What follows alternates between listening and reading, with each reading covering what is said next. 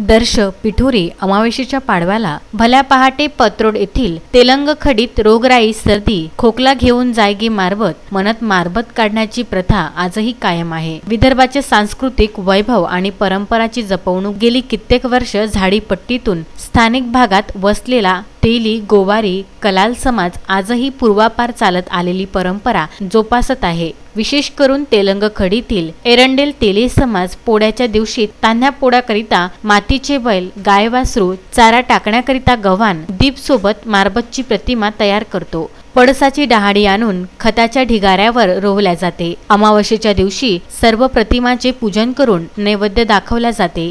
दुसऱ्या दिवशी भल्या पहाटे खतावरील पळसाची डहाळी व मातीने तयार केलेली मारबत पूर्ण घरातून फिरवत समाजातील दुष्ट प्रवृत्तीचा नाश व्हावा सोबत रोगराई संपुष्टात येण्याकरिता मारबतला सोबत घेऊन जायचे आवाहन करतो। सर्व घरोघरच्या मारबती मरीमायेच्या मंदिराजवळ एकत्र गोळा करून नैवेद्य दाखवून सोडून दिल्या जाते।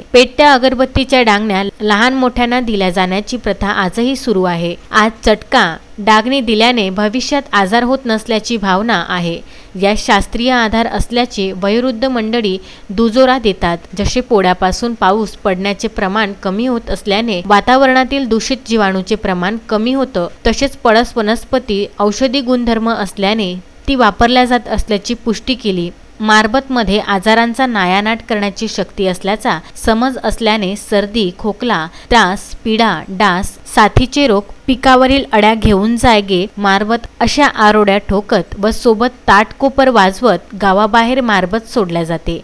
नंतर पाडवा कर साजरी करण्याकरिता कोंबड बकर कापून मांसाहारांचे सेवन केले जाते। यंदा सण उत्सव परंपरेवर कोरोना महामारीची सावट असल्याने भौतिक दुरावा पाळत चक्क कोरोना घेऊन जाण्याचे आवाहन केल्याने बऱ्याच जनसामान्य कोरोना बाधितांसह प्रशासनासही व्हायचे वाटले एवढे निश्चित। SCN न्यूज परतवाडा व विदर्भ न्यूज अमरावती करिता मारुती पाटणकर यांचा हा वृत्तांत।